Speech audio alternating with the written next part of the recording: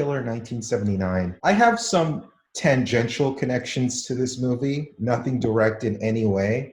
But I released a compilation DVD several years ago called Vault of Terror.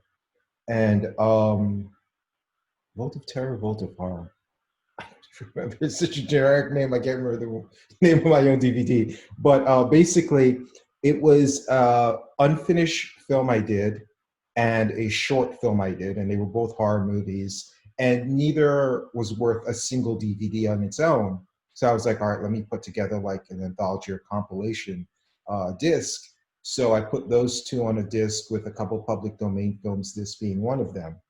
And my first connection to this film was that was part of the DVD because it's public domain.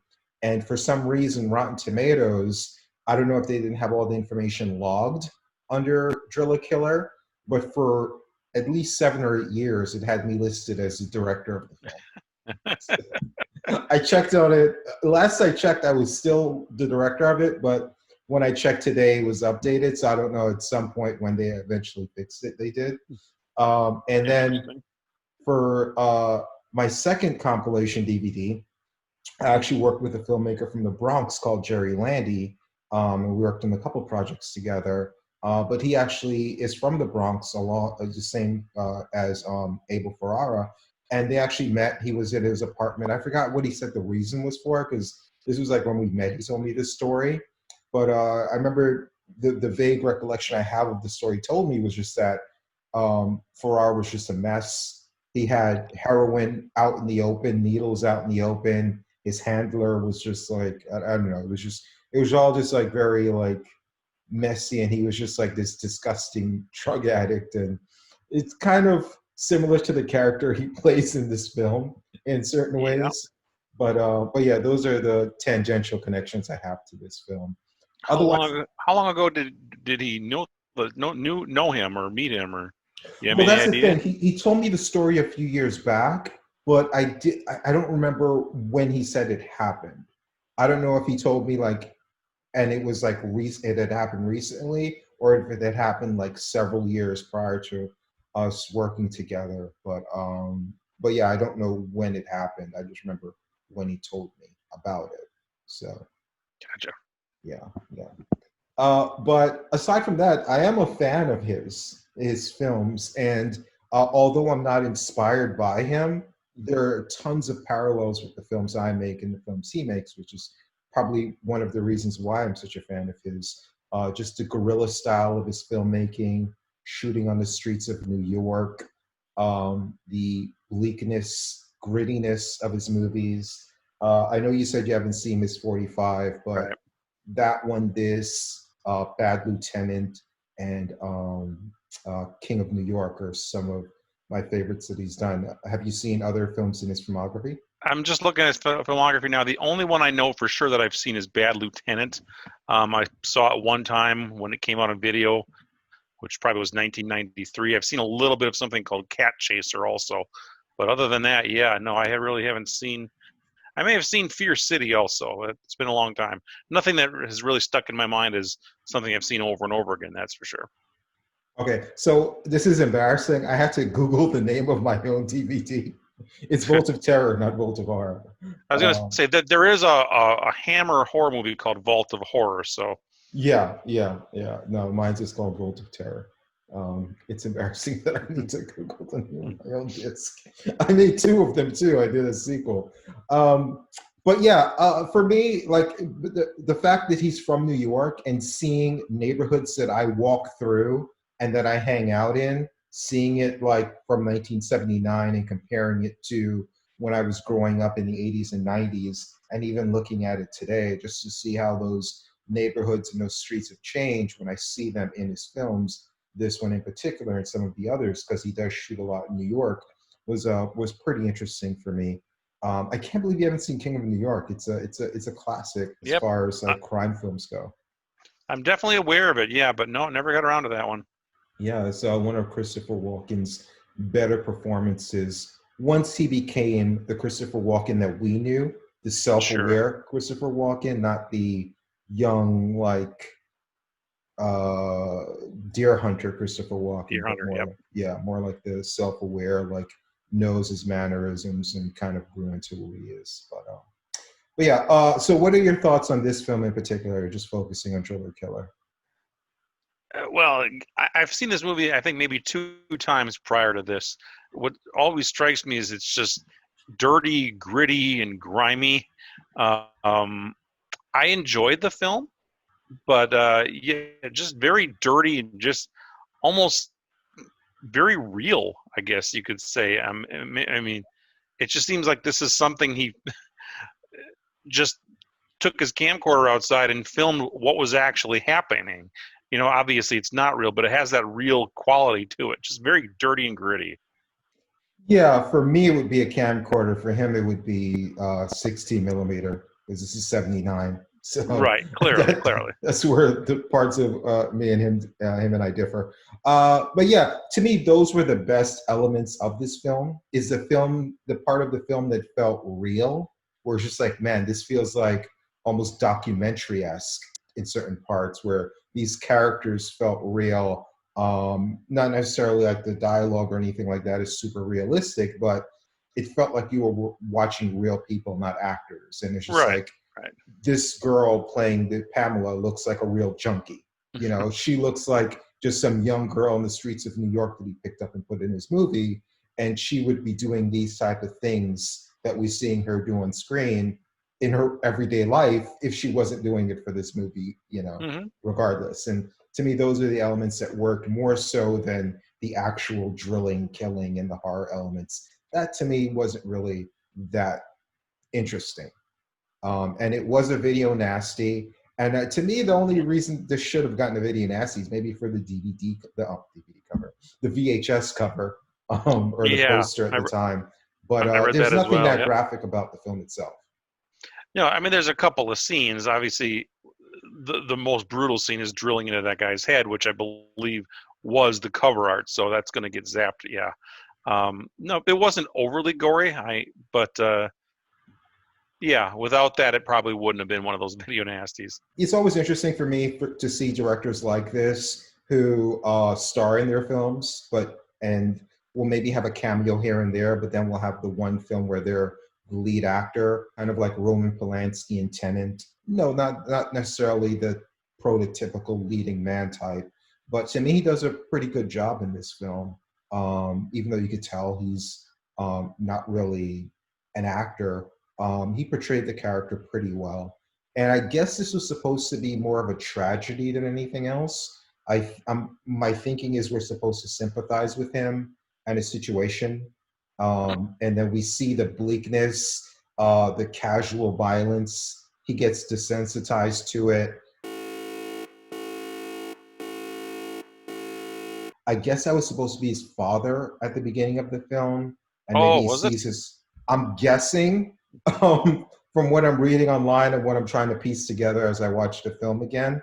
Uh, my most recent time, I've seen it several times, but the beginning always seemed vague to me, the setup of Hmm. the film. But I'm thinking like maybe he sees his father as a bum, and he sees his life spiraling out of control, and maybe he could see himself turning into a bum, and that's maybe his hatred for them. Maybe it's self-hatred, and maybe that's what eventually pushes him over the edge. And we're seeing like the pressure from his girlfriend and his girlfriend's girlfriend, and the art dealer who is shitting on his art and wants to fuck him, and the people playing the loud music, and he just goes insane. Not really super sympathetic, but I think that's the path they're going for. Almost like The Shining, where it's like this isn't necessarily a super sympathetic character, but he's this artist who's just like his world is crumbling around him as he's trying to create his art, and he's kind of the bad guy, but also kind of the protagonist that we're following. I don't know.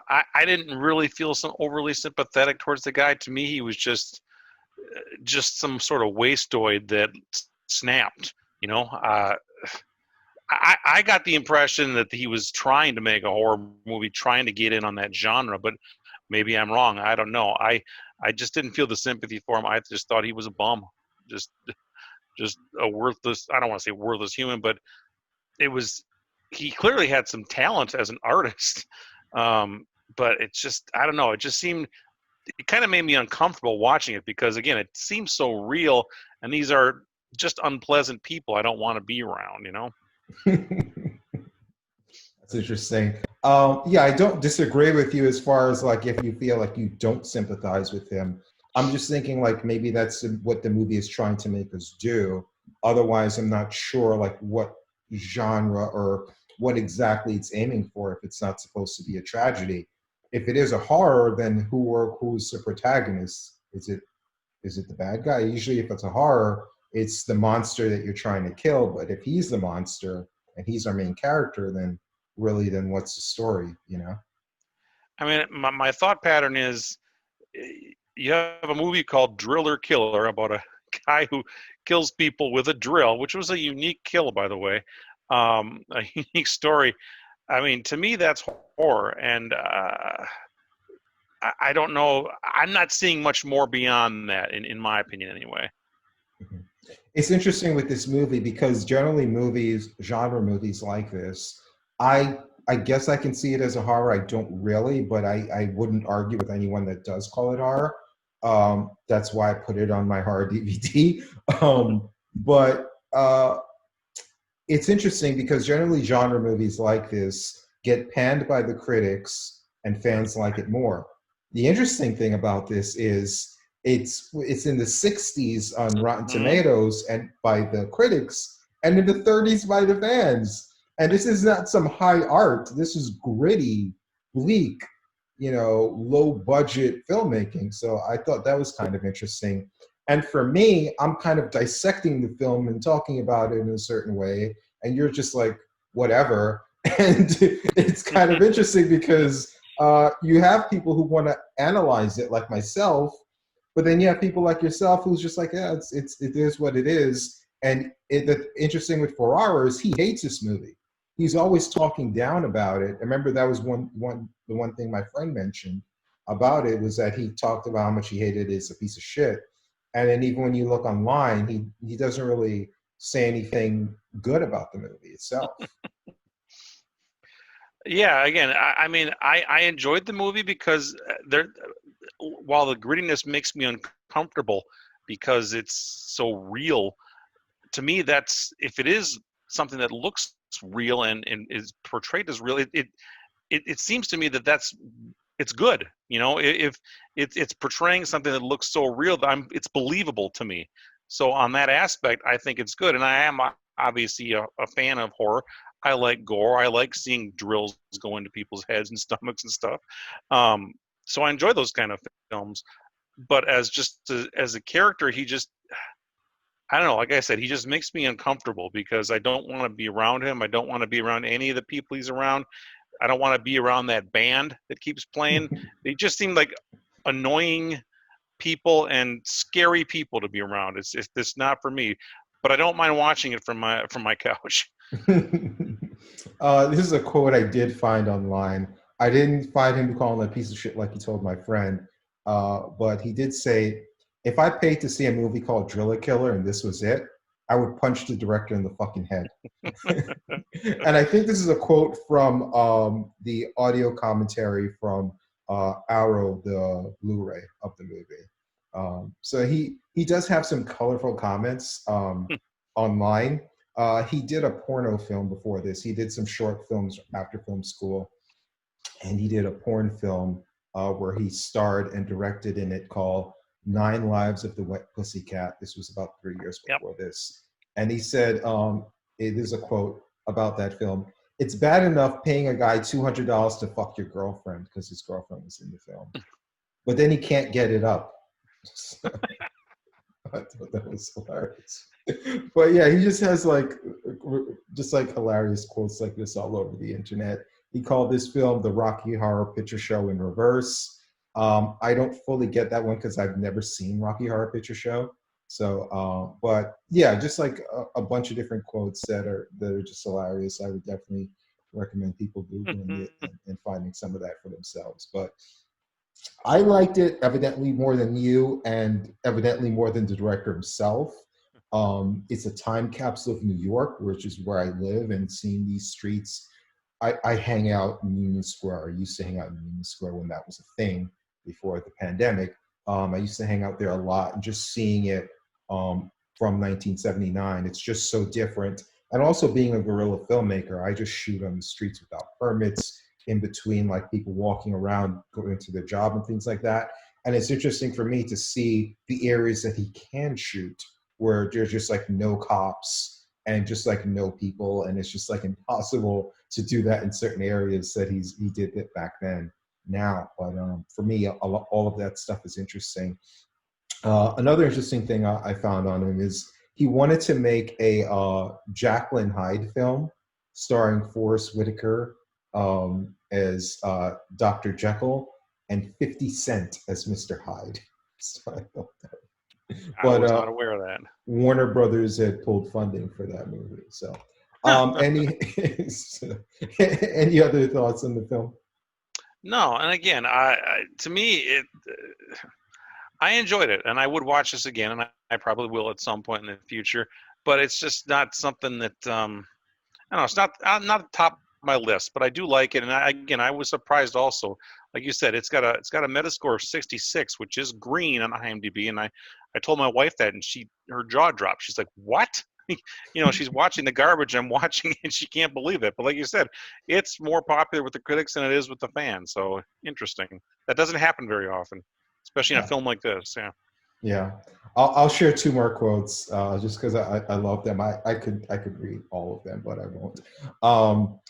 I don't give any fucking maniacs I don't want to give any fucking maniacs any fucking ideas with this movie. Fucking kids start drilling each other in the head. It's fucking crazy. Very eloquent guy. I'm assuming he's talking about one of the actresses in this film, either the actress that played Pamela or the Carol, I think was his girlfriend. One of them, I guess he's talking about with this quote. This is from the director commentary. There she is, high as two kites. That's a fucking junkie for you right there. And I could picture it being any one of them.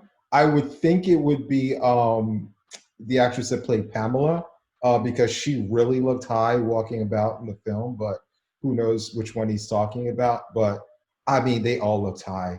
I mean, it just looked like insane. You got to appreciate his honesty. I like that. Yeah, yeah. And her name, the actress that played Pamela, was Baby Day. Yep. Baby spelled Bayi, which I thought was interesting. Probably one of those 60s, hippies probably had her, yeah, it looks like parents. It's the only thing she did too. So it's the only thing a lot of these people did. Yep, I noticed that. Yeah, yeah, and for good reason. Yeah, but definitely high recommend from me. Not so much from you, but worth checking out either way. Absolutely.